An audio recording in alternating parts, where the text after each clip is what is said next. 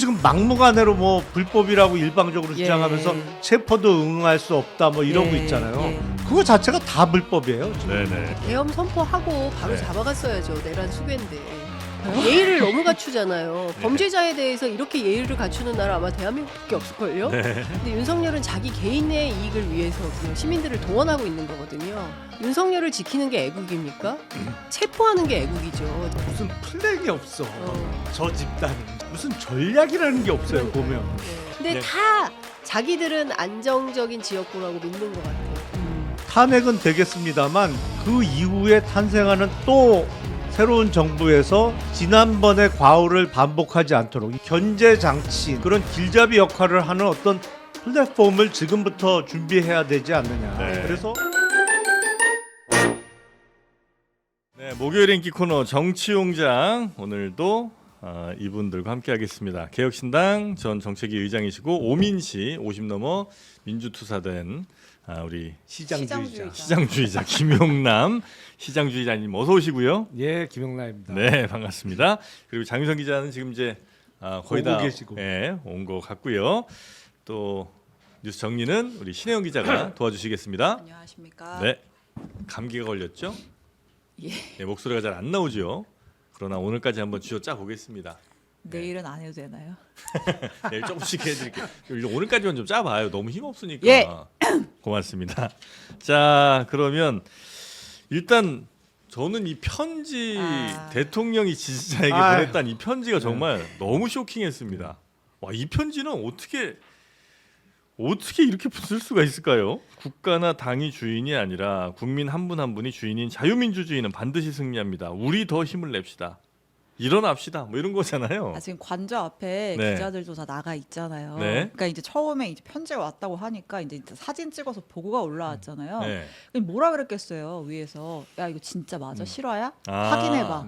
가짜 이거- 뉴스 아니야? 그러니까 누가 사칭한 거 아니야? 그럴 수 있죠. 그럴 수 있죠. 그러니까 첫 판단이 일단 이런 생각이 들죠. 예. 실화냐 이런 생각이 들죠. 네. 근데 실화야라는 거잖아요. 네. 이게 지금 뭐 석동현 변호사, 윤곽근 변호사가 직접 확인을 해줬고 대통령이 유튜브로 고생하는 현장을 지켜보면서 마음이 안타까워 직접 보낸 편지가 맞다. 투 애국 시민 여러분, from 관저. 네. 그러니까 난 이걸 쓸 줄은 몰랐어요, 진짜. 저는 실시간 생중계 유튜브를 통해 여러분께서 애쓰시는 모습을 보고 있습니다. 정말 고맙고 안타깝습니다. 빠진 단어가 하나 있어요. 뭐였죠? 언제나처럼. 지금만 보는 게 아니고 예. 항상 봐왔는데. 예.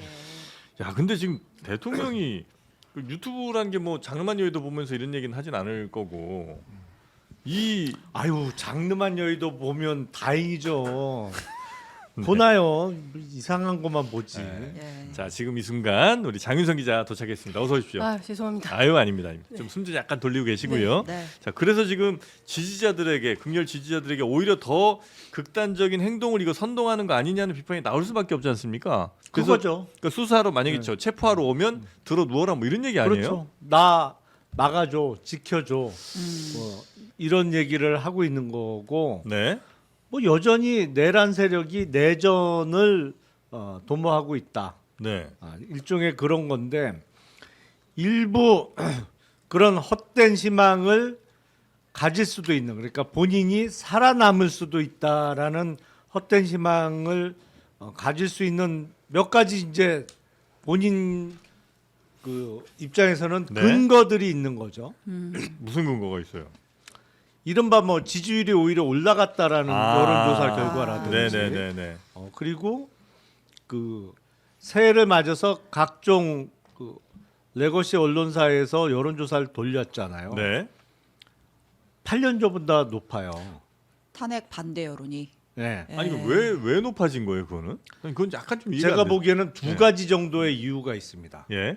첫 번째는 8년 전에 탄핵을 경험했는데 네. 문제는 결과적으로는 이른바 친문 좋은 일 했다 우리가. 결국엔 문재인 대통령이 집권한 이후에 친문 세력이 그냥 편하게 말씀드리면 쥐들끼리 다 해먹었다. 거기에 탄핵에 이르는 과정까지 애썼던 사람, 뭐 그게 다른 정파나 아니면 시민사회를 포함해서 다른 사람은 뭐 하나도 없었고 좋아진 게 없었고 다 그냥 갖다 바쳤다. 친문이 다 해먹었다. 예. 뭐 그런 점이 하나 작용하는 것 같고 예. 두 번째 요인은 그러니까 그렇게는 못 주겠다 이번에는. 그러니까 그걸 경험치로 갖고 있는 거죠. 예, 예. 그리고 두 번째는 두 번째는 이재명 대표에 대한 공포심이죠. 아. 그 결과적으로는 지난번에 탄핵해 보니 결국에 그러면 지금 더불어민주당의 최대 계파 내진 세력을 대표하는 이재명 대표가 거의 대통령 될 텐데 네. 그거는 안 되겠다. 내가 바라는 바가 아니다. 이게 복합적으로 작용하다 보니까 탄핵 사유로만 따지면 8년 전보다 지금이 훨씬 심각하고 명백하죠. 이거는 예, 예. 탄핵을 안 할 수가 없는 네, 네, 네. 사정임에도 불구하고 지난번보다 오히려 탄핵 반대 여론이 절대적으로 높은 건 아닙니다만 비교해서 높게 나온단 말이에요. 네. 그러니까 이걸 엉뚱하게 해석을 할 수가 있어요. 네. 윤석열 아. 본인 입장에선 아, 내가 이렇게 하니까 더 사람들이 나를 좋아하는 그렇죠. 나를 응원하는 사람이 이 정도 있고 이게 계속 앞으로도 늘어날 수 있다라는 판단을 지금 하고 있는 건데 제가 말씀드린 그 두 가지는 사실은 반성해야 될 점이 분명히 있어요. 지난번 집권했던 세력이 반성해야 되고 그래서 앞으로는 그런 일이 안 생기도록 예방책도 마련할 필요가 분명히 있습니다. 네, 네. 하지만 네. 그거는 나중에 과정 내지는 별도의 문제예요. 이거를 어떻게 탄핵을 안 시킬 방법이 있냐고요. 예. 이건 내란죄인데 네. 그 탄핵은 탄핵이고 대선은 대선이지. 근데 이거를 자꾸 연계시켜서 생각하다 보니까 비교적 탄핵 반대가 높게 나오네 이 상황인 거죠.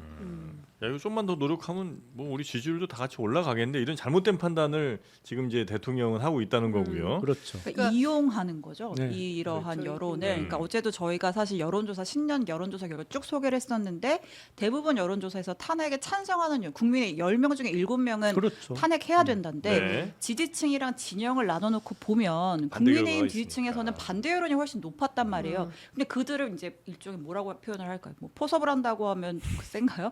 아무튼 우리 지지자들 보십시오. 애국 시민 여러분 보십시오. 지금 법적으로는 체포영장 집행을 막을 근거가 없기 때문에 믿을 구석은 지지층밖에 없다. 뭐 그런 차원에서 이 편지를 보냈다고 해석할 수밖에 없는 거죠. 네. 저는 좀 중층적인, 그러니까 다층적인 해석이 필요할 것 같다라는 생각이 좀 드는데요. 저는 예. 두 분 말씀하신 게 100%, 1000% 동의를 하고 또 한 측면에서는 그 코리아 트럼프를 꿈꾸는 것 같아요. 아, 한국의 트럼프가 되겠다. 그래서 뭐 의회 난입도 하고 모을 아. 수 있는 최대한을 모아서 극우 정당의 어떤 극우 리더, 그러니까 세계적 현상이기도 하잖아요. 그러니까 그런데 편승해서 나도 트럼프처럼 좀 해보겠다 이런 생각이 있어요. K 단 하나 트럼프. 중요한 그렇죠. K 트럼프인데 중요한 포인트는 트럼프는 그래도 국익을 위해서 하는 거예요. 네. 근데 윤석열은 자기 개인의 이익을 위해서, 개인의 영달을 위해서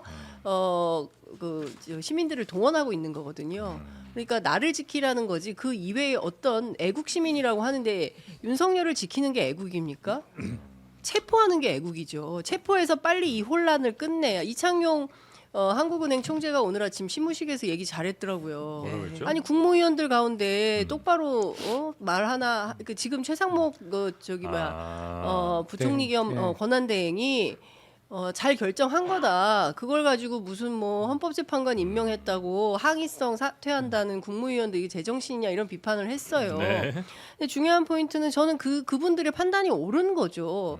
근데 이 사람은 끊임없이 자기 이익을 위해서 시민들을 동원하고 극우단체를 동원해서 자기 살려고 하는 거다. 이게 있고 또 하나는 좀 심각한 문제가 있는데 MBC가 발표한 신년 여론조사를 보면 부정선거 예. 지난 선거가 네. 이게 29.1%.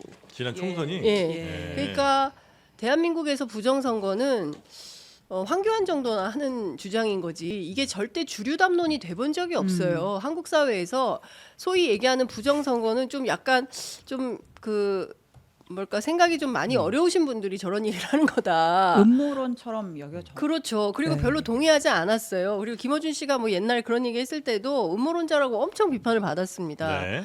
그랬는데 아니야. 부정선거일 수 있어. 생각하는 사람이 전 국민의 30%가 된다는 것은 이건 대단히 위험한 시그널이다. 탄핵 반대랑 거의 비슷하네요. 그렇습니다. 그러니까 예. 무슨 얘기냐면 대한민국 안에도 극우 정당이 나타난 거예요. 국민의힘, 자유통일당 합당해야 됩니다. 이제 합당해서 하나로 가야 돼요.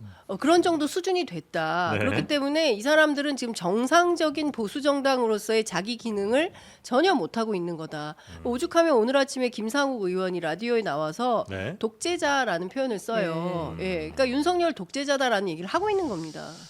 아니, 근데 네. 그 K 트럼프 표현은 좀 안 써야 될 것 같아요. 왜요? 듣는 트럼프 트럼프가 너무 기분 나쁠 것 같아요. 나쁜가요? 아니 저라도 기분 엄청 나쁠 것 같아요. 네. 그렇게 비교하면. 네. 앞으로 외교를 위해서도 정상 외교를 위해서도 K 트럼프라는 말은 쓰지 말자. 뭐 이거 한 말씀만 더 네. 죄송합니다. 말이 많아. 늦게 와놓고 말이 많네. 충분히. 그 친문 문제와 관련해서 저는 굉장히 뼈아픈 반성이 필요하다라고 생각합니다.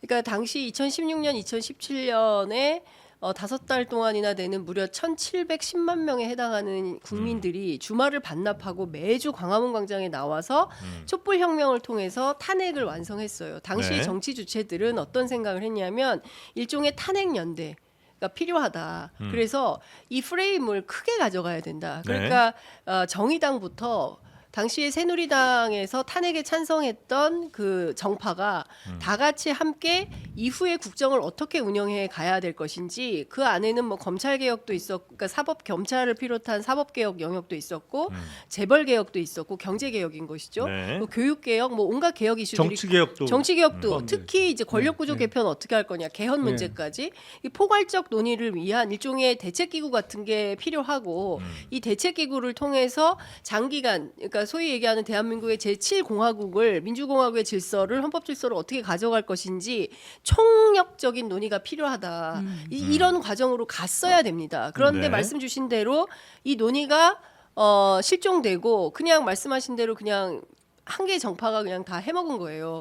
그러면서 굉장히 중요한 정책 의제들이 다 실종이 되고 그리고 5년 만에 다시 그 윤석열이 등장하게 된 거예요. 이 역사의 죄를 그때 그 정치의 핵심에 있었던 사람들은 정말 심각한 반성을 해야 되고 지금 굉장히 중요한 것은 이 정세가 마무리되고 새로운 정세가 펼쳐졌을 때 네. 저는 핵폐기형 개혁 단계가 필요하다. CVID. 핵폐기형이요?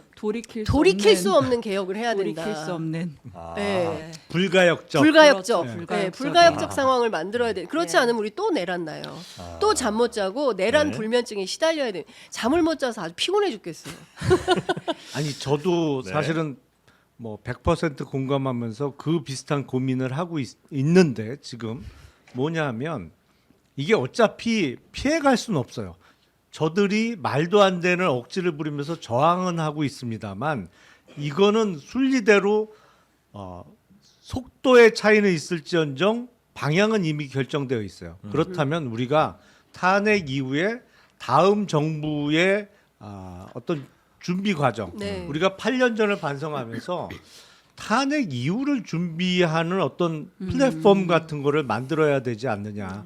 방금 말씀하신 대로 이게 일개 정파가 소위 다 해먹는 그런 게 또 반복되면 똑같아지는 거예요. 이게 헤어날 수 없어요. 네. 악순환이에요. 계속 악순환. 그러니까 지난번 정부가 잘못한 게 있는데 그거에 대한 그 결과물이 최악의 정권이 탄생한 거를 지금 우리가 경험하고 있잖아요. 네. 그러니까 탄핵은 되겠습니다만 그 이후에 탄생하는 또 새로운 정부에서 지난번의 과오를 반복하지 않도록 일종의 견제 장치 내지는 보조 장치 아니면 도와주는 뭐 그런 길잡이 역할을 하는 어떤 플랫폼을 지금부터 준비해야 되지 않느냐. 네. 그래서 대선에서 누가 당선이 되더라도 당신 혼자 힘으로 이거 된 거 아니다. 계속 견제를 플랫폼이란 게 해가면서. 뭐예요? 개헌이에요? 아니 그러니까 아니. 그게 네. 꼭 정당의 형태는 아니더라도 예. 뭐 여러 세력이 참여하는 예. 일종의 뭐 정당보다는 느슨하고 더 폭이 넓은 예. 어떤 잠- 조직 내지는 기구 자문 같은 기구 거를 같은 예 그러니까 그런 걸 자문기구라기보다 만들어야 되지 그러니까 우리 않나 역사에 싶어요. 보면 예. 그 어쨌든 해방이 되고 예. 그다음에 이제 한국 전쟁이 나기 전에 뭐 찬탁이냐 반탁이냐 이럴 때 재정파 시민사회 단체가 그때는 시민이 없었죠. 그때는 재정파 사회단체가 하는 연석회의 같은 개념이 있었어요. 네.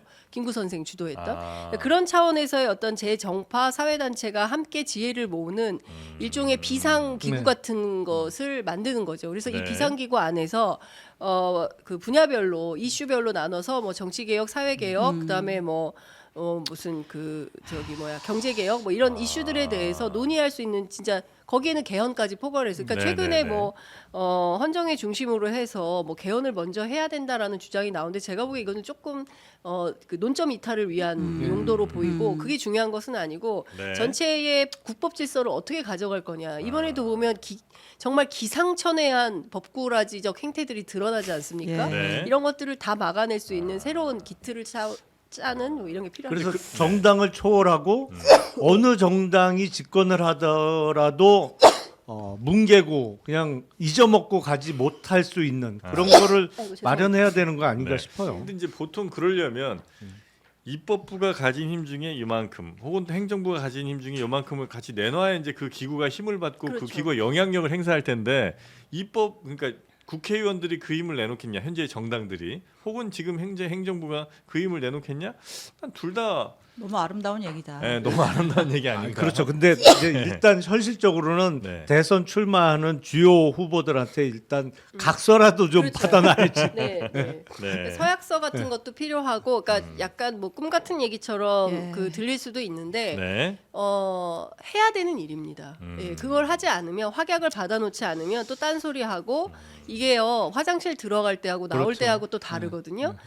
그리고 또 권력 잡으면 그때부터는 그러니까. 자기 맘대로 하고 싶은 거예요. 네. 그러니까 그렇지 못하게 사전에 방지책을 만들어 놓고 아니 뭐 다 하겠다고 해놓고도 윤석열식으로 이렇게 하는 사람들도 있는데 그렇지 못하게 강제 규정을 해놔야 된다. 그러니까 정권 잡을 역진이 불가한 방식으로 잡기 만들어야 전까지는 뭐 같이 공동정부다 뭐 책임총리다 이런 얘기 다 지금까지 단 한 번도 그게 지켜진 적이 없잖아요. 그렇죠. 그러니까 정권 잡고 나면 아유 다음부터 그렇게 하세요. 아마 분명히 또 그렇게 나올 거고 그러나 그런 것들이 있다 하더라도 어쨌든 지금 고쳐놓지 않으면 또 계속 반복되니까 이거만큼 좀 그런 하자는 게 거죠. 활동이 좀 가시적으로 보이면 네. 이른바 지금 탄핵에 반대하는 거기도 많이 누그러질 거예요 아마 제가 보기에. 그럼 지금 그 총대를 멜 수 있는 사람은 누군가요? 그 우원식 개혁의 의장. 뭐 하여튼 예. 근데 자기 것들 내놓지 않으면 이게 뭐 예, 요구가 안 될 그렇습니다. 테니까. 저는 내놓을 건 없지만 뭐 총대는 저라도 맺죠. 아, 네. 네. 근데 지금 이 네. 편지, 이 대통령의 편지가 결국 이제 지지자들을 좀 더 자극시키는 건 뭐 너무나 명확해 보이고 네. 그러면 공수처에서 또 경찰들이 잡으러 갈 때 예. 시민들 거기 지지자들이 엄청나게 아마 반발할 거 아닙니까? 몰리겠죠? 너무 제- 그건 좀 예. 그 예상 가능한 그림이잖아요. 그렇죠. 이때 이걸 법적으로 그래도 최대한 문제 없이 이게 여러 과정들을 해 나가야 될 텐데 이거 괜찮겠습니까? 그러니까 예를 들면 시민들이 그렇게 저항을 할 때 뭐 이렇게 강제 물리력을 동원해서 끌어낸다든지 뭐 이런 것들이 당연히 있을 거 아니에요. 제가 요 소식 전하면서 네. 같이 여쭤보면 좋을 것 같아요. 일단 앞서 이제 장 기자님이 언급하셨던 MBC 여론조사 저희가 수치를 짚어야 되기 때문에 이제 부정선거 의혹을 이제 윤석열이 비상계엄 선포에 근거로 하나 내세운 거 아니에요. 부정선거 없었다라는 응답이 61%, 부정선거 있었다가 29%나 됐고요. 이게 지역별로 따져보면요. 대구 경북에서는 부정선거 있었다가 45, 없었다가 43입니다. 있었다가 45고요. 지지 정당별로 보면 국민의힘 지지층에서 부정선거 있었다가 65%입니다. 예, 네. 일단 이 조사는 MBC가 지난해 12월 29일, 30일 양일간 했고 전국 성인 1,000명을 대상으로 했고 자세한 내용은 중앙선거 여론조사 심의위원회 홈페이지 참조하시면 되고요. 네. 그 아까 정프로 말한 대로 이렇게 지지층이 결집해서 관저 앞을 지키고 있다 보면 공수처 입장에서는 적법한 영장을 집행하러 들어가는 것임에도 불구하고 여러 가지 충돌을 좀 우려할 수도 있고 이제 그 다음 스텝으로 이제 경호처가 어떤 대응을 할 것이냐가 우려가 되는 것인데 이제 어저께 오동훈 공수처장이 명확히 했어요. 경호처가 영장 집행을 막을 경우에 입건하겠다. 특수 공무집행 방해죄로 입건할 수 있다라고 명확하게 얘기를 했지만 그러면서도 예의는 지키겠다라고 해서 지금 방식을 굉장히 고민하는 것 같아요. 진짜 뭐 예의는 새벽에 지키겠다. 칠지 밤에 칠지 아니면 그냥 뭐 지금 다 카메라 대기하고 있는데 그 평상시 낮에 가서 할지. 근데 또 거기에 대고 무슨 얘기를 했냐면 윤석열 측이 오늘 아침에 윤갑근 변호사가 정말 저는 약간 기괴할 기분이 들 정도의 입장문을 냈는데 경찰 기동대를 겨냥한 입장문이에요. 네. 그러니까 공수처가 수사관들만 들어가기에는 여러 가지 물리적 제약이 있을 수 있으니 경찰 기동대의 협조를 받겠다라고 했잖아요. 근데 윤석열 측에서 뭐라 그랬냐면 공수처가 경찰 기동대를 지휘할 수사 지휘할 권한을 갖고 있지 않다. 따라서 영장 집행 과정에서 경찰 기동대가 어떠한 역할을 한다? 그렇다면 경호처가 경찰을 체포할 수 있고 그 현장에 있는 시민도 경찰을 체포할 수 있대요. 경찰을 체포해서 뭐 어떡하라는 거예요? 그러니까 일단 말도 안 말도 안 되는 거고. 되지. 예. 그러니까 수사 지휘권이 없으면 경찰 기동대가 못 도와주나요? 말 그대로 이건 협조예요. 예. 국가 기관 간의 협조란 말이에요. 네. 예를 들어서 그러면 수해가 났어. 그러면 119에서 출동하는데 일손이 모자라. 아니 그러면 경찰관이 됐던 군인들이 됐든 가까운 데 있는 네. 군 장병이 됐던 하잖아요. 도와줄 수 있잖아요. 그리고 당연히 도와줘야죠. 예. 그러니까 이거는 그야말로 협조 요청에 따른 거기 때문에 수사 지휘권의 유무하고는 아무 상관이 없어요. 예. 아니 변호사 그리고 네. 경찰 기동대의 임무가 질서 유지가 분명히 있어요. 그러니까 법 집행 현장의 질서 유지를 위해서 경찰 기동대가 출동해서 활동할 수 있는 거죠. 그게 무슨 문제가 돼요? 그 예. 말도 안 되는 억제예요. 그러니까 그거는. 그렇다고 이 사람들을 체포하라는 건 도대체 무슨 논리인지는 모르겠어요. 그러니까 관련해서 저도 네. 이제 최근에 이제 경호처가 어떻게 할 것인가에 네. 대한 이제 관심이 모아져서 어제 경호처 쭉 취재를 좀 했었는데요. 예. 일단은 우리는 이제 박종준 경호처장을 중심으로 사고를 하는데 내부에서 취재를 했더니 예. 박종준은 살짝 그 허수아비 비슷하다. 그러니까 약간 바지고. 학업의 뜻이 없다. 네? 약간 바지 사장 같은. 이제 아, 그러니까 뭐냐? 지금 경호처장이 예, 박종준. 그러니까 그냥 제대로 그냥 임기 끝내면 저도 왜 시끄러워. 약간 뭐 그런 태도라는 거예요. 그러면 누가 핵심이냐? 네. 김성훈 경호차장이라는 예. 겁니다. 경호차장 예, 네. 김성훈 경호차장하고 넘버 2예요. 예. 그렇죠. 예. 넘버 2죠. 경호차장이 바로 처장 밑에 차장이니까. 근데 실세고. 그 밑에 경호본부장이 있어요. 네. 근데 중요한 것은 뭐냐면 이 사람들이 그 용현파인 거죠. 아. 그래서 김용현이 경호처장일 때 뿌린 씨앗들인 거예요. 예. 그리고 이 사람들이 경호처의 강경파를 형성하고 있어요. 예. 네. 전체 경호처의 그 일반직 방호직 일반직 포함하면 700명 정도 되는데 이 중에서 경호 활동을 직접적으로 하는 경호관은 500명이 채 안 된다고 합니다. 근데 이 사람들 대다수는 용산에서 일을 하고 예. 네. 관저 지역에는 담당 부서만 근무를 한다는 거예요. 근데 그러면은 그러니까 관담동 관저를 지키자 해서 다 출동을 할 거냐? 네. 아니라는 겁니다. 그러니까 인원을 충원했다 이런 것은 아니다. 그러니까 무슨 얘기냐면 관저에는 실제로 경호처의 소수 인원들이 있는 거예요. 다수 인원은 용산에 있고. 네. 근데 대통령이 출근을 안 하니까 그 관저에만 있는 거죠, 경호 인력이. 그리고 네. 이제 용산에는 이제 대다수의 그 저희가 있는 것이고.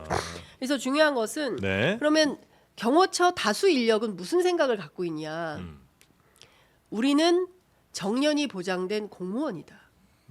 아, 잘못했다가 네. 특수공무 집행 방해로 걸리면 연금도 날아가고 정년도 보장 못 받는다. 그런 거 감옥 하면 갈 안 수 되지. 있다. 그건 벌금형도 없어요. 예. 아 그래요? 예. 특수공무집행방해는 예. 네. 그러면 미래가 없어요. 어. 예. 그리고 대체로 경호관들이 네.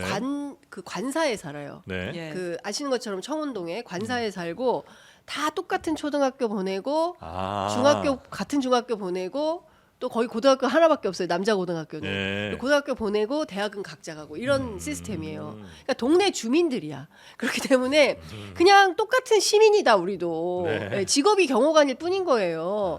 그래서 무리한 우리가 경호 안 지키 한다. 그렇죠. 우리가 지키는 것은 국가요, 국민이고 대통령 직분을 지키는 거지 윤석열을 지킬 이유가 없다. 중요한 것은 김용현이 뿌린 이 씨앗들, 예. 이 씨앗들을 중심으로 한 강경파들. 근데 이 강경파들이 직원들을 상대로 끊임없이 가스라이팅을 하는데 무슨 가스라이팅을 하냐? 야 윤석열이 살아 돌아오면 다음 경호처장은 나야. 아. 야 이거 라인 바뀐다. 줄 잘 아. 서라. 이런 걸 하는 거예요. 그런데 네네. 그러면 경호관들도 다 유튜브 봐요. 윤석열만 유튜브 보는 게 아닙니다. 예? 다 뉴스도 봐요. 네네. 합리적 판단을 합니다. 네. 안 움직인다. 예. 예. 그런 저도- 판단 안 한다. 네. 이런 얘기가 나옵니다. 저도 진짜 비슷한 얘기를 들었어요. 네. 박종준 경호실장은 예. 그러니까 굉장히 평판이 좋은 인물, 무던한 인물이고 그 인물을 그냥 앉혀놓고 그 밑에 실권은 김성훈 경호처 차장이 갖고 있고 이분이 윤석열 대통령과 굉장히 가까운 사이여서 실제로 뭐 술도 같이 먹고 하면서 굉장히 소통을 지금도 끈끈하게 하고 있는 최측근이고 네. 그럼 결국 말씀하신 대로 이제 경호처도 내분이 있을 수 있겠죠. 용연파의 이제 후임인 이제 김성원 차장을 중심으로 한 이 고리가 있는 거고 또 이제 우리도 적법 절차를 따라야 되는 거 아니냐라고 생각하는 이제 시민의 생각을 갖고 있는 사람도 있을 텐데 네. 저 그 김성훈 차장이 그 누구지 하고 찾아보니까 그분이에요. 그 왜 그 골프 연습한다고 했다가 CBS 기자 막 핸드폰 뺏고 네, 막 뺏고 난리 네네네네. 났었잖아요. 네. 그때 이제 국회 나와가지고 트럼프 대통령도 골프장에서 암살 위협 있지 않았냐. 우리가 어떻게 모든 걸 다 대비해야 되는데 이게 뭐 다 당연히 적법한 경호 행위다 이러면서 막 열변을 토했었는데 네. 그분입니다. 아. 그 경호본부장 있어요. 경호본부장. 예, 제가 예. 갑자기 이름을 까먹었는데 이 경호본부장 같은 경우 입틀막. 예, 아. 네, 그 사람들이에요. 그러니까 아, 그래요? 그렇죠. 네. 이 사람들이 그러니까 뭐냐면 그 윤을 그러니까 지금 경호처 내부를 취재하면 어떤 얘기가 제일 많이 들리냐면 우리도 시민이고 네. 그냥 그 경호직을 맡은 평범한 보통 시민들인데 이 사람들 제일 나쁜 게 뭐냐면 조직을 파괴하고 있다.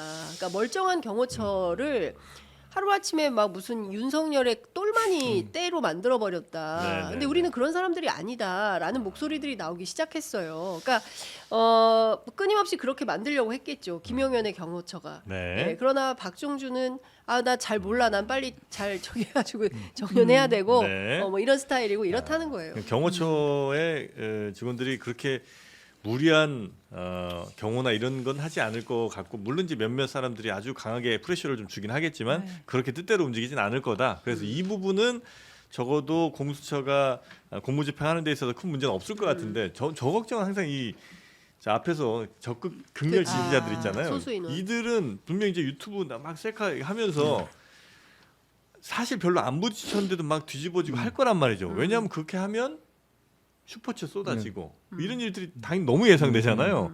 이 상황을 어떻게 정리를 해야 되나. 그건 경찰이 질서 유지해야죠. 질서 유지하고 잡아가는 걸로. 그리고 네. 최상목 권한대행이 확실하게 정리를 해줘야죠. 경호처 문제도 협조하라고 네. 지시를 해야 됩니다. 그 권한 지금 다 갖고 있는 거예요. 그렇죠. 그나마 이 상황에서 보면 제정신 내지는 반쯤 제정신인 사람은 그래 뭐 최상목 권한대행을 비롯한 이창용 한군의 총재를 비롯한 이른바 네. 경제 라인은 그래도 경제통들 적어도 절반 이상은 제정신이고 나머지는 아직도 정신 못 차린 사람들이 꽤 있는 것 같고. 그러니까 윤석열 범죄가 진짜 극악스럽고 나쁜 게 뭐냐면 네. 국가 조직도 형해화시켰고 경호처도 마찬가지고 우리가 생각해 보면 어떻게 저런 사람들을 국무위원을 시켰지? 포 이그젠플 김문수, 이진숙 이런 사람들. 네. 거기 아우 대선 이번에도 지지도 꽤 나오던데 등수 안에 들던데요. 누가 김문수? 큰일 났다. 예, 예. 아, 그래요? 김문수 장관 뭐 한 2, 3등 하던데요. 여권 내에서는. 아 그래요. 할만하네. 네, 윤상현 의원이 괜히 새벽에 그럼. 현장을 찾아간 건 아니겠죠. 예. 그래서 이제 그 유 대통령을 그러면 이제 체포영장 발부했잖아요. 이후에 이제 잡으러 가서 이제 끌고 옵니다. 그 다음엔 법적 절차는 어떻게 되는 거예요? 이제 수사 받고 그러면 체포하면 하고 공수처로 데리고 오죠. 데리고 와서 예, 조사를 하고 얼마나 해요, 그거는? 48시간 이내에 네. 구속영장 청구 내지는 석방 여부를 결정을 결정해야 해야 되고. 되고. 그러니까 맥시멈 체포 시각으로부터 48시간을 네. 데리고 있을 수 있습니다. 네. 근데 이거는 뭐 구속영장 청구는 거의 정해져 있는 예. 수순이라고 보이고 그러면 구속영장을 청구하면 이른바 사후 구속영장이 되는 거죠. 네. 네. 신병을 데리고 확보한. 있는 상태에서 청구하는 구속영장이니까 그러면 네. 신문기일이 보통의 경우에는 바로 그 다음 날쯤 잡히거든요. 네. 구속영장을 청구하면 최대한 빨리 잡힙니다. 이 사후 구속영장은. 네. 그렇게 되면 영장 재판을 통해서 뭐 그날 밤이나 뭐 그 다음 날 새벽쯤 영장 발부 여부, 구속영장의 발부 여부가 결정이 되면 되고, 만약에 오늘 체포했다고 하면 오늘부터 1일이 되는 거예요. 그래서 오늘부터 1일. 네, 오늘부터 1일로 네. 10일간의 1차 구속 기간이 진행이 되고요. 네. 이번 사건은 사전에 공수처하고 검찰하고 구속되는 경우에 열흘씩 신병을 데리고 있기로 합의를 봤기 때문에 공수처에는 오늘 만약 체포한다 그러면 오늘부터 열흘까지 데리고 있고 그리고 2차는 검찰에서 연장을 해서 또 열흘 데리고 있을 수 있는 거죠. 그러니까 20일. 20일 후에는 내란 수계 피고인 윤석열의 공소장이 나오는 거죠. 20일 안으로. 그럼 20일 지났어요. 그 다음에 다시 풀려나요? 아니요. 아니죠. 어떻게 돼요? 기소가 되는 구속, 아, 구속 상태에서 기소가- 네. 재판이 진행되는 재판이 거죠. 계속 근데 물론 진행되고. 그 중간에 네. 적부심을 신청할 예. 수 있습니다. 네. 피고인이. 그래서 사실은 뭐 이 체포영장이 불법이다. 뭐 윤석열 측에 네. 윤곽근 변호사나 예. 뭐 이런 사람들이 그런 주장을 하잖아요. 네. 그게 체포에 불응할 사유는 전혀 될 수가 아. 없는 거예요. 만약에 문제가 있다고 하면 체포 이후에 체포 적부심 내지는 구속영장이 발부된 이후에 구속 적부심을 통해서 다시 한번 사법부의 판단을 받으면 되는 거예요. 예.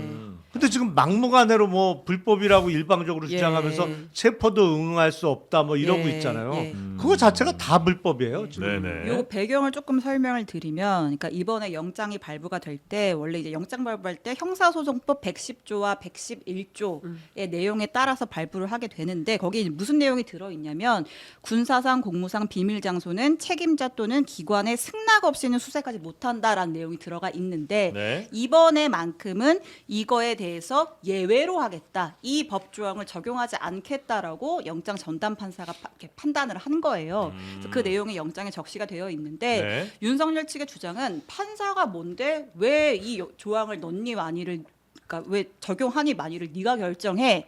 라고 하면 그거는 판사의 월권이고 그래서 판사를 심지어 징계해야 한다. 네. 라고 얘기를 하고 있는 거죠. 근데 이게 약간 이제 법조계에서는 이거를 조항을 아예 배제시키는 것이 조금 이례적이다라는 해석도 있긴 하지만 그것이 체포에 불응할 사유는 되지 않는다. 사후에 적부심 같은 절차를 밟을 수 있기 때문에 네. 이 내용을 설명을 그렇죠. 해주신 겁니다. 그러니까 예. 국가기관이라든지 뭐 굉장히 비밀스러운 곳이나 이런 곳들은 이제 그 허가가 있어야 이제 그게 수색할 수 있거나 이렇게 되는데 그렇죠. 네 근데 이제 이번에는 판사가 아니다 이번엔 그거 해당 안 된다 이렇게 이제 얘기를 해줬다는 거죠. 네.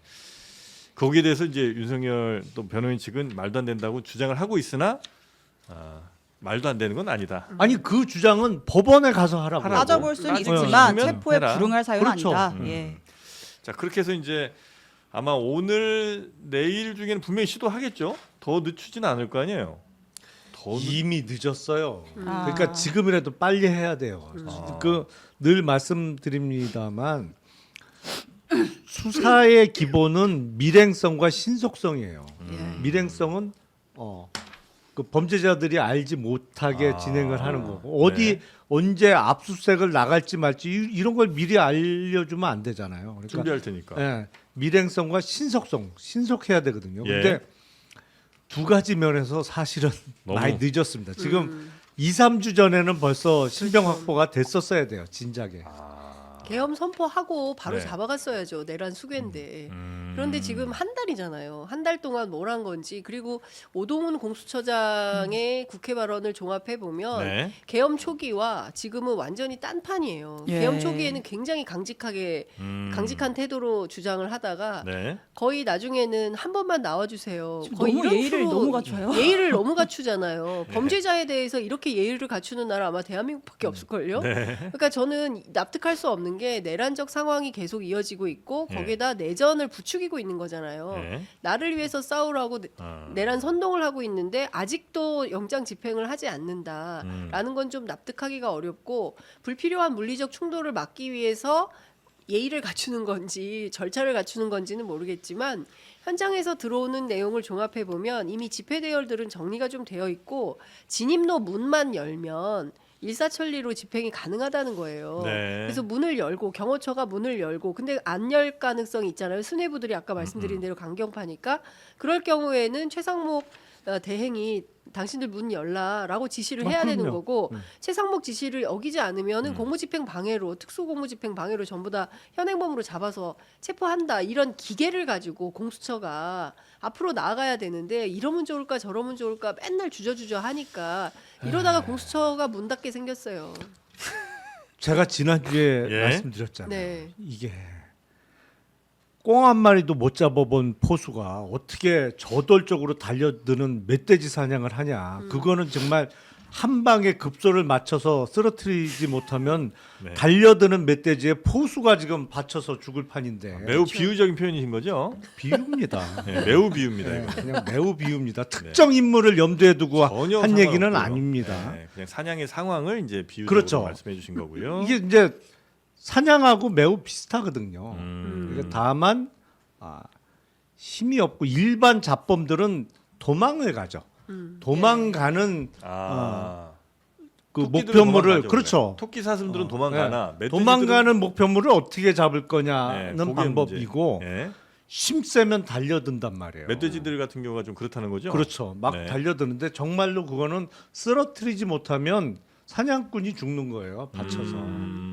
그런 건 훨씬 난이도가 높은 사냥이란 말이에요. 근데 쉬운 사냥도 안 해본 포수가 제일 어려운 사냥을 하겠다고 나섰을 때 불안감이 있었습니다만 그래도 지금은 하여튼 응원과 격려가 필요한 상황은 맞는데 네. 나중에 요건 꼭 한번 따져보자. 니네 정말 능력은 있냐? 요거는 나중에 좀 따져봐야 될 문제라고 생각을 근데 해요. 그 얘기를 하더라고요. 검찰 출신들이 무슨 얘기 하냐면 누가 윤석열을 수사할 건데 수사할 수 있겠어? 아 책상 앞에 네, 놓고 그렇죠. 그러니까 사실은 우리 많은 사람들이 막 무슨 술 많이 마시고 막 무대 보고 뭐 아무한테나 반말 찍찍하고 굉장히 무례하고 이렇게 알려져 있지만 굉장히 그 여우 같은 데가 있는 사람이라는 거예요. 그 평생 수사만 한 사람이고 네. 잡아넣은 사람이 전직 대통령에다가 주요 공직자에다가 재벌 재벌에 총수들에다가 다 잡아들인 사람이 윤석열이다. 그렇기 때문에 그 사람들이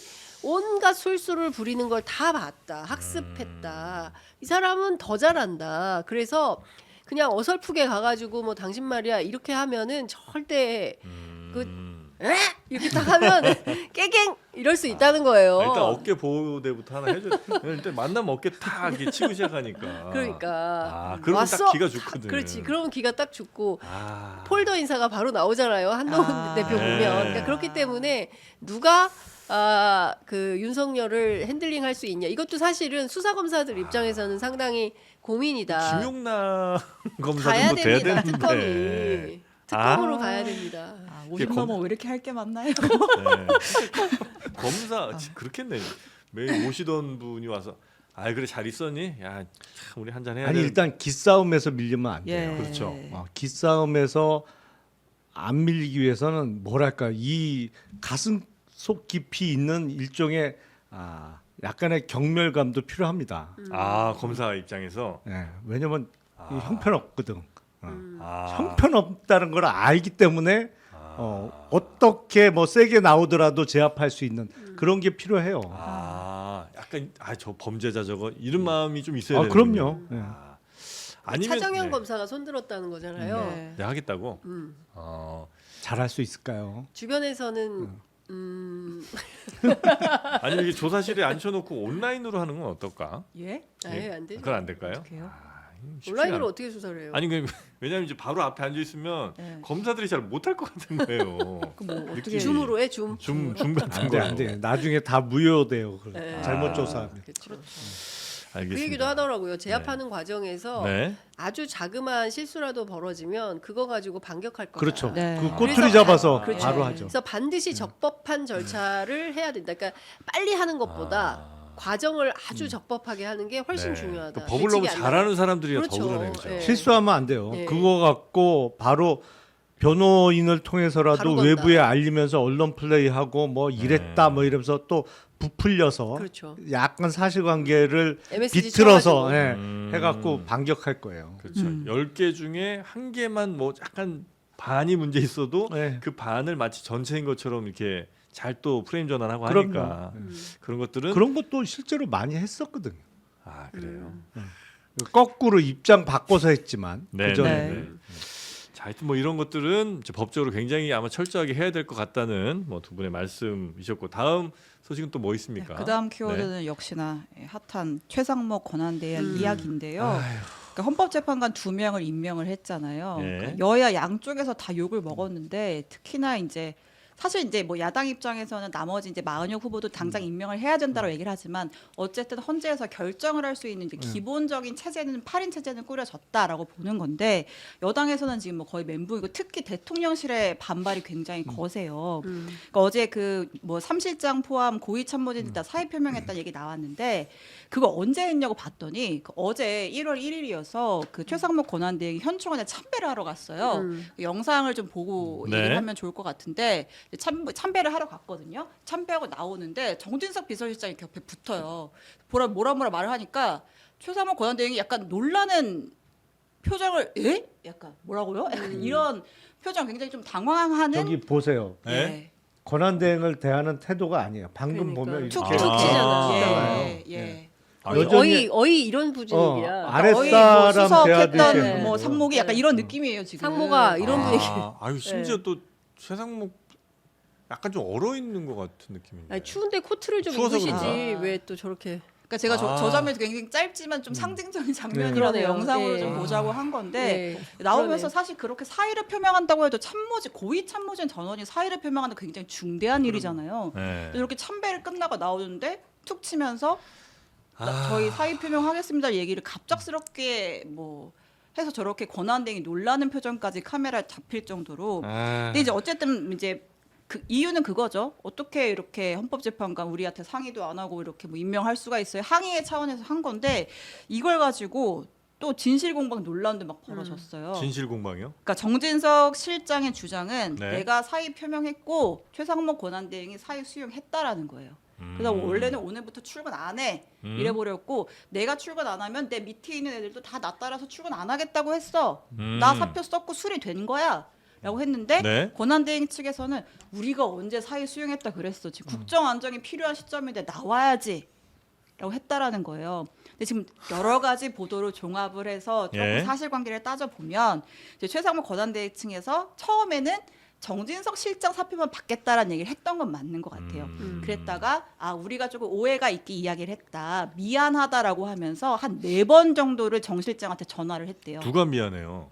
최상목 권한대행이 미안하다고 했다라는 이제 전원의 보도가 있는데 아무튼 이제 국정 안정이 필요하니까 사의 수용을 접어달라 4번의 전화를 걸어서 설득을 했고 실제로 오늘 정진석 비서실장이 출근을 안 한다고 했다가 출근을 한 것 같습니다. 수석 보좌관 회의를 주재했다고 하고요. 결국은 이 멤버 그대로 가는 것 같아요. 아니 대통령이 아니, 잘못 모신 이 참모들이 뭐 국민들한테 미안하다고 하든지 아니면 뭐 그 당 사람들한테 미안하다고 하든지 지지자들한테 미안하다고 해야지 적반하장인 거죠. 그 사람한테 뭘 미안해. 적반하장이고 그리고 저는 그 정진석 비서실장의 행태는 정말 용서할 수 없습니다. 예. 그러니까 우리가 보면 국민의힘도 언젠가 얘기 들어보니까 이준석 대표가 됐는데 의원들이 다 반말했다는 거잖아요. 예. 준서가 이렇게 불렀다는 예. 거죠. 네네네. 그리고 고등학교, 대학교 선후배 사이여도 그렇지 어디서 상모가 이게 말이 됩니까? 그러니까 지금 윤이라는 사람이 예. 국정 운영을 저런 식으로 한 거예요. 그러니까 어이 나 안 나올 거니까 그런 줄 알아 이런 태도로 보이지 않습니까? 그러니까 이렇게 나라를 움직이니 이 나라가 이렇게 엉망진창이 된 거다라는 생각이 좀 드는 거고 네. 관련해서 제가 취재를 좀 어제 했는데 무슨 예. 얘기가 나오냐면 대통령실 비서실 다 집에 보내도 된다. 어공들 싹 다 잘라라 그냥 깨끗하게 네. 세금으로 월급 주지 말고 다 네. 집에 보내라 시원하게 가 집에 가 하고 그러면 그 일 누가 하느냐 최상목 대행이 국무조정실에 네. 대통령실과 거의 흡사한 역할을 하는 늘공들이 있다는 거예요. 네네네. 그냥 원래 공무원들, 일반 공무원들. 이분들이랑 같이 일하면 된다. 뭐 대통령실 저 사람들 그만둔다고 해서 무슨 큰일 나는 거 아니다. 저들한테 이렇게 매달리고 집에 보내라. 네. 매달릴 이유도 없다. 그리고 네. 저 사람들 어차피 윤회 똘마니들이에요. 그렇지 않습니까? 그 계엄의 그 엄청난 과정에서 네. 역할한 게 뭐가 있습니까? 이 비상계엄 안 된다고 말린 사람이 있습니까? 사표를 쓰고 그만둔 사람이 있습니까? 세상에 국회의원 5선씩이나 한 사람이 국정 혼란이 이렇게 심각해지고 대외 신인도가 추락을 하고 달러값이 이렇게 올라가는데 국회 뭘 하고 마비시키려고 하는데 뭘 하고 있습니까? 네. 저는 저 무책임한 사람들 그냥 집에 가는 게 맞다. 지금 대통령실에 정진석 비서실장을 비롯한 이 멤버를 꼭 리멤버 해야죠. 이 멤버. 까먹으면 안 돼요. 이 멤버 야 김용남 의원님도 이게 드림 연구소가 있구나. 아니 근데 정말 공직자로서의 기본적인 자세는 일도 안 되어 있는 사람들이죠. 이 다 대통령실 아는. 이 사람들. 네, 그러니까 일단 불법 계엄을 막지 못한 책임이 있단 말이에요. 예. 왜 그 책임이 내각에만 있어요? 그렇죠. 더 가까운 데에 있는 대통령 참모들. 참모들한테 일차적인 책임이 있는 거지. 맞습니다. 물론 근본적인 원인은 당사자지. 본인이 그렇죠. 예. 일단 정신 나가 있기 때문에 그렇습니다만 네. 그 주변에서 말렸어야 되는 건데 그걸 못했단 말이에요. 그러면 대통령실이라는 거는 기본적으로 기능이 있단 말이에요. 국정의 최종적인 컨트롤 타워로서의 기능이 분명히 있단 말이에요. 그러면 반성하면서 열심히 그 직무를 해야 되는 거고 어딜 뭐 지 맘대로 그만두겠다는 소리를 해요 지금. 이 와중에 아 이 근데 와중에 정진석 실장은 그만두겠다라고 했더니 최성모 권한대행이 일단 처음에는 일단 뭐 당신 것만 받겠다 했다 결국 말렸다라는 거잖아요. 네. 붙잡았잖아요. 근데 반대로 국무회의 상황에서는 그러니까 반대의 상황이에요. 어떤 상황이요? 아까 이제 최성모 권한대행이 이제 헌법재판관 임명한다고 하니까 거기서 이제 난리가 났다는 거 아니에요. 당신이 무슨 권한으로 임명을 하느냐, 누구랑 한덕수도 안 한 살고 거를 당신이 하느냐, 뭐 해가지고 난리가 났는데 참모들이나 뭐 이런 국무위원들이 국무위원들, 뭐 네. 장관, 뭐 또 다른 국무위원들이 이렇게 난리가 났는데 이 최성모 권한대행이 내가 월권임을 인정한다. 내가 필요하면 내가 사직 하겠다. 항공기 참사만 아니었으면 사직했을 거다. 나 사직할 각오로 내가 이거 한 거다. 그러니까 그 김태규 방통위원장 권한대행 너무 많네. 하여튼 김태규 위원장이 네. 그러면 사직하겠다고 했으니까 사직하세요. 라고 했다라는 거예요. 그러니까 최성모 권한대행이 사직한다고 할 때는 국무위원들은 붙잡죠. 하세요. 이거에 책임지세요라고 세게 나갔다라는 거죠. 아이고. 코미디입니다. 정말 엉망이에요, 지금. 봉숭아학당도 이런 봉숭아학당이 없는 거예요. 그러니까 이게 지금 네. 장난하는 겁니까? 그러니까 저는 아. 이런 거예요. 지금 뭐 속속 드러나고 있는 상황을 보면 네. 사실상 본질은 외환이었다는 거잖아요. 예. 그러니까 국민들 목숨을 담보로 해서 연평도, 백령도, 시도가 있었다. 예, 포사격 같은 네. 훈련이 있었고, 그 다음에 그 오물풍선 원점 타격의 문제라든가 평양에 무인기 보낸 거라든가 뭐 이런 등등을 그러니까 북한이 두 개의 전선을 할 수가 없어서 그런 거지. 그게 네. 아니었다면 국지전이 충분히 났을 수도 있다. 그러면 동아일보 누가 칼럼을 그걸 썼던데. 나라를 판돈으로 걸고 윤이라는 사람이 자기 권력을 가지려고 도박을 벌인 거다. 이게 말이 되는 겁니까? 근데 거기에 그런 난리가 났는데 소위 국무위원이라는 사람들이 앉아서 한다는 소리가 당신 누구랑 헌법재판관 임명 상의했어? 누구 맘대로? 당신 뭔데 그래? 그만둬. 방통위원장 권한대행 죄송합니다. 주제에 에? 대통령 권한대. 대통령 권한대행한테 당신 그만둬라 이런 말 이게 빨리 질서 잡아야 돼요. 나는 그러니까 보수주의자들이 왜 가만히 있는지 모르겠어요. 지금 저는. 사실은 국법 질서가 완전히 무너진 상황인데 여기서 더 큰 일을 치르지 않기 위해서 이제 수습을 해야 되는 거잖아요. 네. 그러니까 수습을 빨리 정확하게 해야 되는 거죠. 그러기 위해서 탄핵 절차가 빨리 들어가야 되는 거고 그러기 위한 전제 조건이 공석을 메꾸는 거였고 그거는 뭐 어떤 이유를 들어도 거부할 수가 없는 거예요. 그건 당연히 해야 되는 거예요. 네, 그거는 네, 네. 그건 당연히 해야 되는 거고 그리고 내란 범죄가 일어났기 때문에 그거에 대한 형사사법 절차도 진행이 신속하게 됐어야 되는데 지금 늦어지고 있는 상황이고 왜 아직까지도 안 들어가는지 모르겠는데 공수처에서 사실은 체포영장도 워낙 늦게 청구를 했지만 네. 발부된 날 바로 갔어야죠. 바로 들고 가서 데리고 왔어야지. 끄집어냈어야지. 이 고민 저 고민 하느라고 점점 하여튼 이 위기가 커지고 아니면 불안감이 커지고 이거는 잘 그들이 생각을 잘 안 하는 건가? 지금 환율도 그렇고 하여튼 여러 가지가 굉장히 지금 불안하잖아요. 지금 보면 그 결국엔 인사를 잘못한 거예요. 그걸 감내할 능력이 안 되는 사람들이 그 자리에 가 있는 거예요 지금.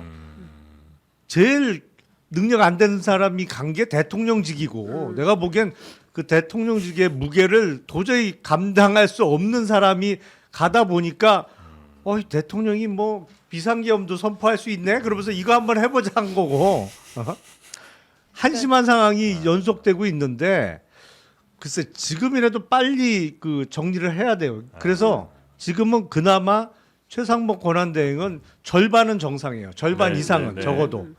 네. 그렇기 때문에 최상목 권한대행이 여기서 역할을 분명히 해야 돼. 이거는 누가 뭐래도 지금 대통령 권한을 갖고 있는 겁니다. 여기서 딴 사람들이 뭐 네가 저 기재부 장관이지 무슨 대통령인 줄 알아. 네. 말도 안 돼. 지금은 누가 뭐래도 지금 대통령 자리에 있는 거예요. 그렇습니다. 그러니까 네. 대들면 그냥 확 예. 본보기를 보여줘야 돼 지금은. 네. 아, 그래서 제가 어제도 이 얘기했는데 사회표명했으면 받고 새로 그냥 싹 뽑으면 안 돼요? 아니요. 그러기에는 지금 비서실장이랑 싹. 너무 힘든 일이에요. 어디 비서실장이요? 대통령 비서실장. 네. 아니 그러니까 다 대- 그만두라고 하고 아니, 대통령실은 집에 가도 뭐 아무 상관없어요. 지금 채울 필요도 없어요. 그러니까 뭐 예. 안보 라인이야 뭐 약간 모르겠지만 어쨌든 그런 약간 정무 역할을 또 하고 하는 뭐 그런 네. 라인들은 싹 정리해도 되는 아니 거 아닌가 그러니까 제 싶어서. 생각도 마찬가지인데 정리를 하고 그러니까 이런 거잖아요. 그 국제사회와 미국이 한덕수랑 함께할 자세가 되어 있다. 네. 한덕수 탄핵되니까 우리는 최상무와 함께할 자세가 되어 있다. 최상무 물러나고 이주호가 오면 우린 또 이주호랑 함께 이런 분위기예요. 그러니까 네. 국제사회가 대한민국이 국법 질서나 헌법이 제대로 작동이 되는가 예측 가능한 시스템이 돌아가는 나라인가 아닌가 이게 중요한 것이지 네. 아무 개가 대응을 하고 뭘 하고 이게 별로 상관없다. 관심이 없는 거예요. 네. 그러니까 국내적으로도 마찬가지입니다. 그러니까 우리가 시스템적으로 잘 돌아가고 있는데 이 엉망진창을 만든 게 윤이라는 사람이기 때문에 네. 이 윤이라는 사람과 그 주변에 있던 동조 세력들을 싸그리 걷어내는 절차 이게 필요한데 거기에 오동훈 공수처장 정말 기계가 필요하다. 예, 기계가 필요하고 나머지 사람들에 대해서 정리가 필요하고 최상목 경제부총리가 그런 생각을 했다는 거잖아요. 나 다음은 이주호인데 그러면 경제와 관련해서는 정말 큰일 날 수 있다. 예, 그래서 여기에서 뭔가 막아야 되겠다라는 결심을 했다는 거잖아요. 네. 그러니까 그런 측면에서 보면 자기 역할을 할 수 있도록 다 탄핵하고 이게 아니라 지금은 여기에서 마무리될 수 있게 정리 절차로 들어가야 된다 이런 생각이 좀 듭니다. 네. 말은 맞는 말인데 듣는 이주호 되게 기분 나쁘겠다. 바보 네. 취급하냐? 뭐 이렇게 아. 생각할 것 같은데요. 그러니까 좀 이런 지금 현재 막 그 최상목 저 권한대행한테 막 막말 쏟아낸 이런 국무위원들이 있으면 오히려 뭐 일하기가 훨씬 더 힘들 것 같은데. 아니 그리고 대통령실도 네. 분명히 기능과 역할이 있어요. 근데 제대로 안 할 거면 차라리 없는 게 낫다. 나아요. 왜냐면 그 기능을 얼른 빨리 그치. 총리실이든 어디든 가져가서 네. 대신 일하는 게 낫지. 네. 자리만 차지하고 일도 안 하면서 딴지 엉뚱한 짓만 하느니 차라리 없는 게 낫죠. 그건. 지금 저 헌재가 빨리 그래서 액션 혹은 뭐 탄핵을 인용이든 뭐든 하여튼 빨리 결론을 내리는 게 지금 굉장히 중요하잖아요. 예. 왜냐면 이 혼란 상황을 빨리 끝낼 수 있는 게 헌재의 결정 아니에요? 그렇습니다. 예. 네, 헌재는 지금 의지가 지금 충만하죠. 네, 오늘 신임 재판관 두 사람에 대해서 취임식이 있었고요. 네. 8인 체제가 본격적으로 가동이 되고 예? 헌재에서 그 다른 어떤 사건보다 최우선으로 이 윤석열 탄핵 심판을 다루겠다고 했기 때문에 뭐 또 2명 퇴임하잖아요. 4월 18일에 그 전에 결론이 날 것 같습니다. 네. 그러면 4월 되기 전까지 3월 정도에는 아마 제가 결론이 보기엔 2월이 가능성 제일 높은 아, 것 그래요? 같은데요. 네. 2월 다음 달에 예, 2월 중으로 결정 날 가능성이 제일 높아 보이고 늦어도 뭐 3월 초. 예. 그러니까 지금 하긴 고민할 게 그렇게 많지가 않죠 이거는. 네. 사실 너무 그 단명. 지난번 준비기일을 한 번 했잖아요. 예. 그리고 내일 준비기일이 또 잡혀 있는데 예. 아마도 내일이 준비기일로는 마지막이지 네. 않을까 네. 싶어요. 그럼 다음 주부터 이제 본기일이 들어가면서 시작 본격적으로 네네. 들어갈 가능성이 높은데 지난번 준비기일에 정영식 재판관이 아주 유효적절한 표현을 썼어요. 뭐라고 했죠? 그러니까 탄핵 사유와 관련해서 발생했던 여러 가지 사실, 그러니까 네. 뭐 비상계엄 선포가 있었고 군인들이 국회에 들어갔고 뭐 네. 이거는 공지의 사실이다. 맞아요. 네. 공지의 뭐 증거 사실은 다툼 할 필요 없다. 네. 우리 다 본 거다. 입증이 필요 네. 없다. 이건 네. 너도 알고 나도 알고 전 국민이 다 한다. 그 얘기는 뭐냐면 이건 따로 뭐 사실 다툼할 필요가 없고. 사실을 부인해도 통하지도 않고 네. 이걸 입증하겠다고 증거 절차를 뭐 증인이 됐던 증거 서류가 됐던 뭐 굳이 이 부분은 제출 안 해도 돼요.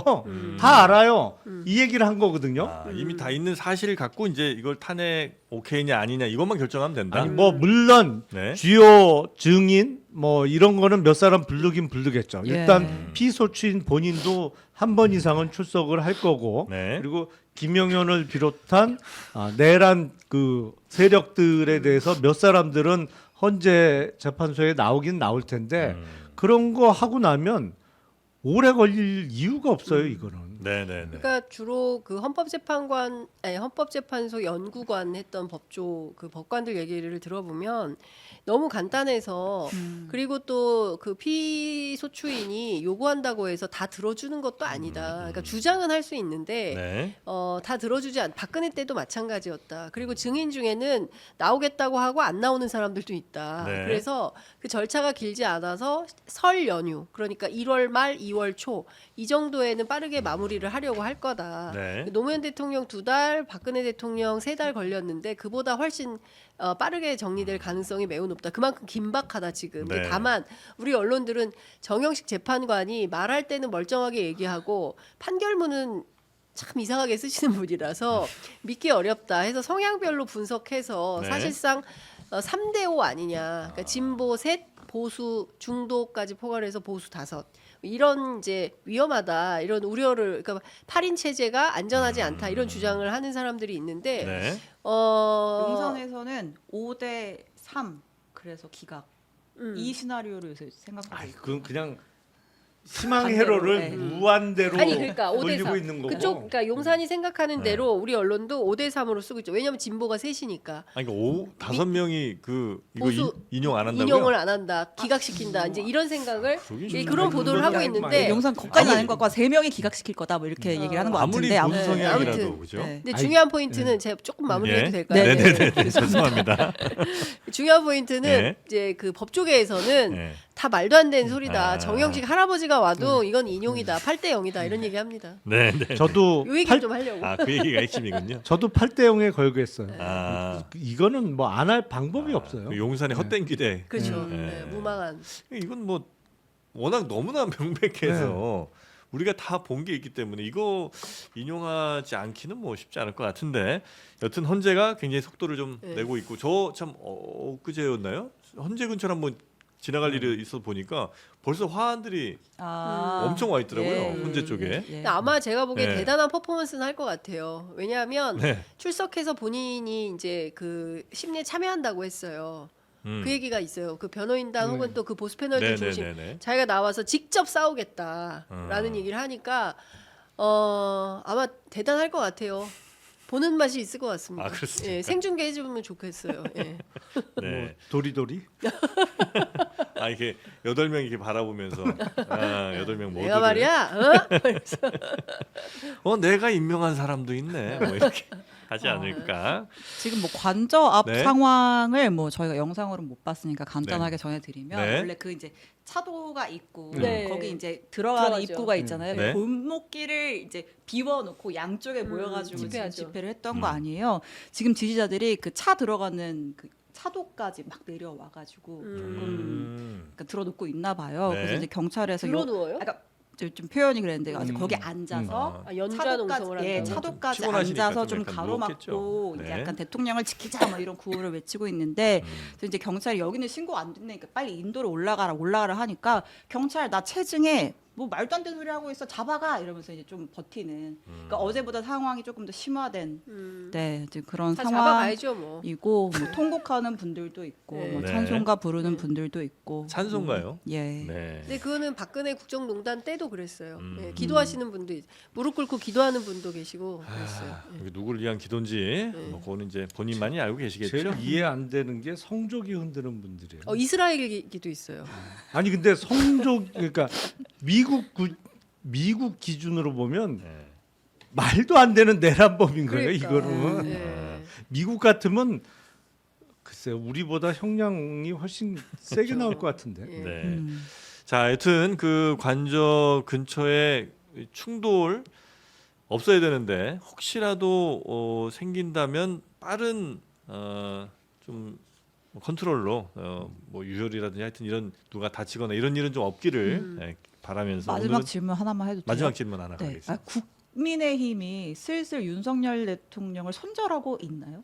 왜냐하면 권성동 원내대표랑 권영세 비대위원장 워딩이 보면 사실 헌법재판관 임명 전까지만 해도 막 법적 대응하겠다, 권한쟁의 심판한다, 뭐 그거 임명하면 위헌이다 워딩이 굉장히 셌는데 막상 임명을 하고 나니까 추가 대응이 없어요. 맞아요. 왜냐하면 네. 기본적으로 아는 거죠. 이거는 대응할 방법이 없어요. 아니 그게 뭐가 문제가 있어야 대응을 하지. 예. 당연히 대통령 권한대행이 임명할 수 있는 거고 그걸 넘어서 반드시 임명을 해야 되는 상황이거든요. 예. 그러니까 그거에 대해서 이미 지나간 일이라는 취지로 얘기를 하잖아요. 맞아요. 예. 그러니까 하기 전에야 절대로 하면 안 돼. 너 하기만 해봐. 가만 안 둬.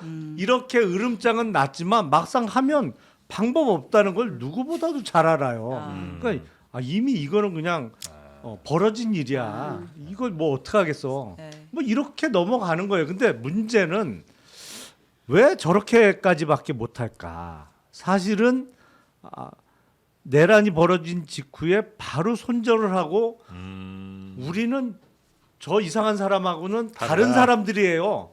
이거를 바로 했어야 앞으로라도 살아남을 가능성이 생기는 건데 왜 저렇게 지금까지도 미적미적대고 끌려다니고 있을까?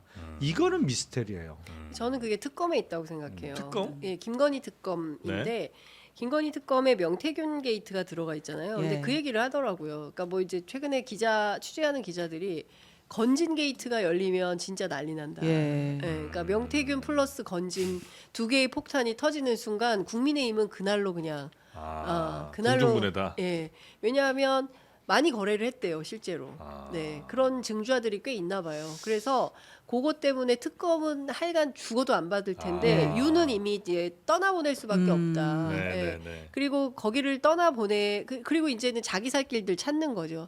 여기는 이미 굳은 자니까 그러면 이제 우리는 어떻게 살지? 이제 이 고민에 들어갔다. 저는 그렇게 봅니다. 아니 그러면 네. 저라면 차라리 유는 손절하고 그러면 어쨌든 그렇게 잘못을 해놨으면 살아남으려면 다시 집권에 성공하는 수밖에 없는 건데 그렇잖아요. 그러면 집권 가능성을 최대한으로 높이는 방향으로 행동을 해야지. 지금은 집권의 가능성을 계속 없애버리고 있잖아요. 그거는 전략적으로는 이해가 안 되는데. 윤 대통령이 예를 들어 건진 내지 명태균과 관련된 것들을 국민의힘과 꽤 많이 공유를 하고 있을 텐데 결국 윤 날아가면 이게 다 드러나면 결국 우리 국민의힘도 날아가는 거 아니에요? 이런 두려움 아니었을까요? 뭐 그런 것도 좀 있다는 얘기가 아니 있고요. 그 야당이 집권하면 더 난리 나는 거죠. 그러니까 그거는. 네. 근데 이제 그 진퇴양난의 상태인 것 같긴 해요. 그러니까 이렇게 한식에 죽으나 청명에 죽으나 뭐 이렇게 죽는 것은 마찬가지다. 이제 이런 고민들이 실제로 있는데, 네. 근데 여전히 부활을 꿈꾸고 있죠. 윤이 살아 돌아오면 우리는 다 같이 살 수 있는 거야. 그렇기 때문에 버텨. 이런 생각은 있는 거다. 아니 그러니까 너무 그게 답답한 거죠, 사실은. 무슨 플랜이 없어. 어. 저 집단은 정말 아. 허탈한 게 무슨 전략이라는 게 없어요. 그러니까요. 보면. 예. 근데 그냥- 다 자기들은 안정적인 지역구라고 믿는 것 같아요. 아. 윤이 어떻게 되든가 말든가 나는 내 동네에선 내가 국회의원 계속 할 수 있다라는 생각이 있는 거예요. 깜빵 안 안 가면. 가면, 예. 깜빵만 안 가면 된다. 어찌 보면 또 그게 지난 우리 정치 역사가 또 보여준 일인 것 같기도 해서 딱히 뭐 틀린 얘기도 아닌 것 같기도 하네요. 네. 씁쓸하죠. 네.